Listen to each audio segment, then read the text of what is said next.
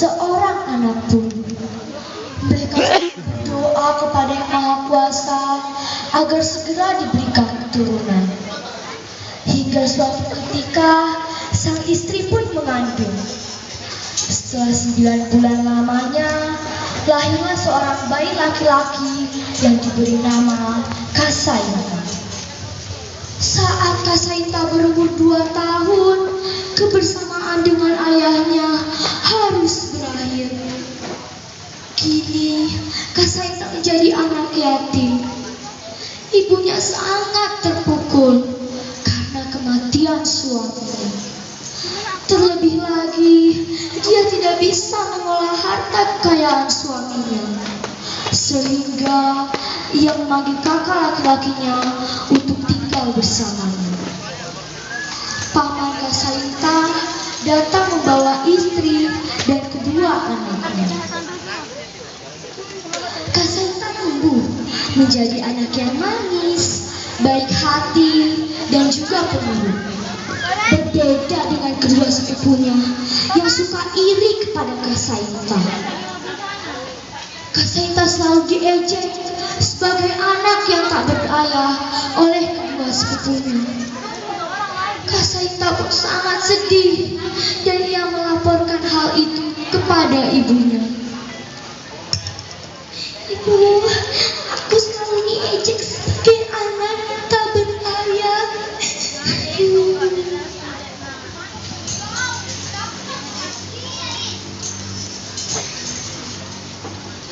Sabarlah anakku, jangan kamu hiraukan kata kakak-kakakmu itu. Ayo sana main lagi.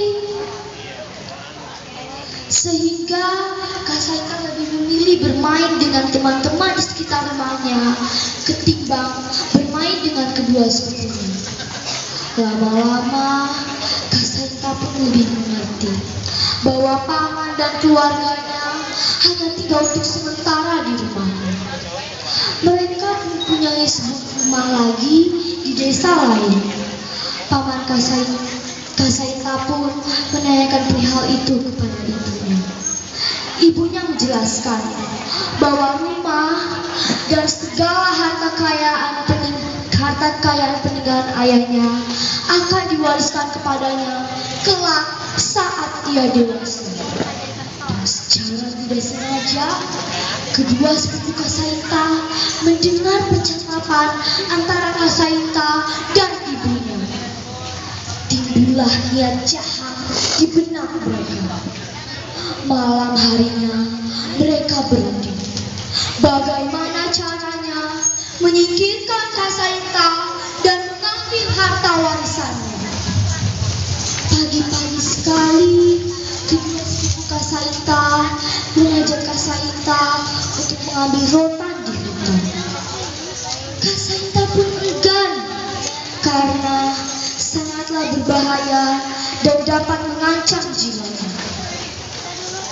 Namun, Kasaita segan menolak ajakan kedua sepupunya itu. Dan akhirnya, Kasaita pun menuruti tanpa menaruh rasa curiga. Berangkatlah mereka menggunakan sampan kecil ke hutan seberang. Ketiganya mengarungi lautan berhari-hari. Hingga sampailah mereka di sebuah pantai yang letaknya tidak terlalu jauh dari hutan. Nah, setelah itu mereka membuat gubuk kecil untuk tempat peristirahatan mereka. Karena esok pagi mereka akan mengambil rotan di hutan. Keesokan harinya, kedua sepupu Kasaita berhasil menemukan 4 ikat rotan. Masing-masing membawa 1 ikat rotan. Kemudian kedua sepupu Kasaita menyuruh Kasaita untuk mengambil 1 ikat rotan lagi yang masih tertinggal di hutan. Ya Kasaita, ambilkan ini 1 ikat rotan lagi yang masih di hutan. Kakak capek sekali nih.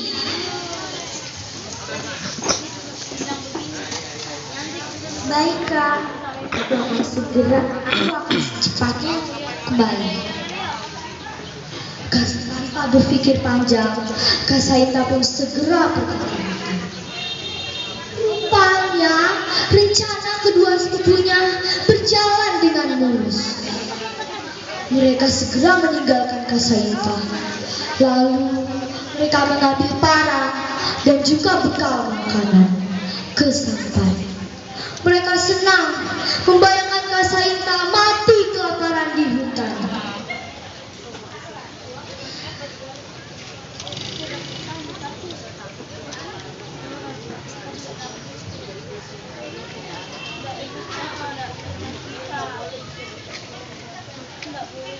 Alangkah terkejutnya Kak Saita ketika ia tidak menemukan kedua sepupunya dan sampan yang mereka gunakan.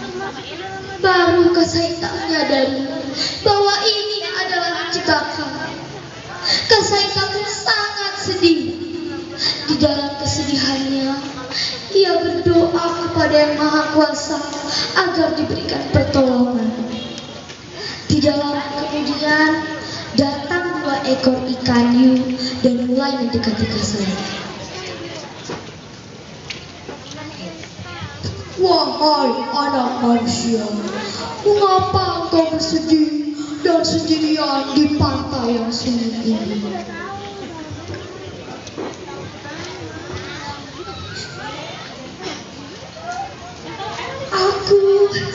Aku ditinggal kedua sepupuku.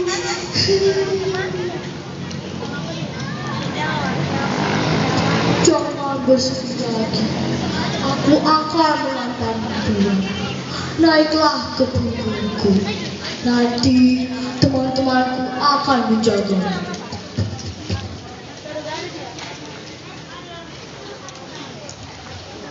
Kak Saita pun sampai di desanya dengan selamat.